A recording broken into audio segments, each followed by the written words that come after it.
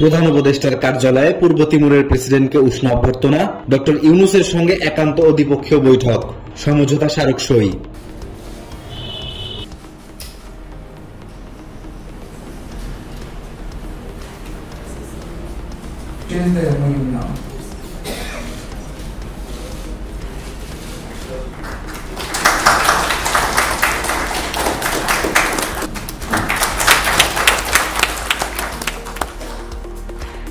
একুশে ডিসেম্বর মুক্তিযোদ্ধা সমাবেশে অংশ নেবেন খালেদা জিয়া। ৬ বছর পর জনসভায় আসছেন সাবেক এই প্রধানমন্ত্রী। জনপ্রশাসন সংস্কারে প্রশাসনিক কাঠামোর ব্যাপক পুনর্গঠনের প্রস্তাব দিয়েছে বিএনপি। জনপ্রশাসন মন্ত্রণালয়ের সিনিয়র সচিবের কাছে সুপারিশ হস্তান্তর।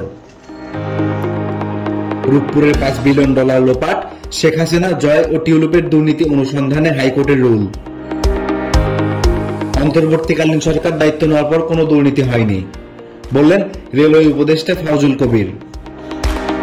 সচিব থেকে পিয়ন পর্যন্ত সবাই মহার্ঘ ভাতা পাবেন জানালেন জনপ্রশাসন মন্ত্রণালয়ের সিনিয়র সচিব।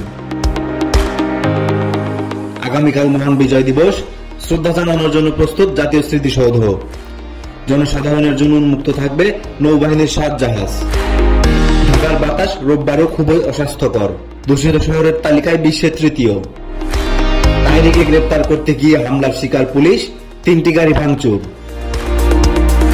এক সপ্তাহে প্রায় 20,000 অবৈধ প্রবাসীকে গ্রেপ্তার করেছে সৌদি আরবের নিরাপত্তা বাহিনী।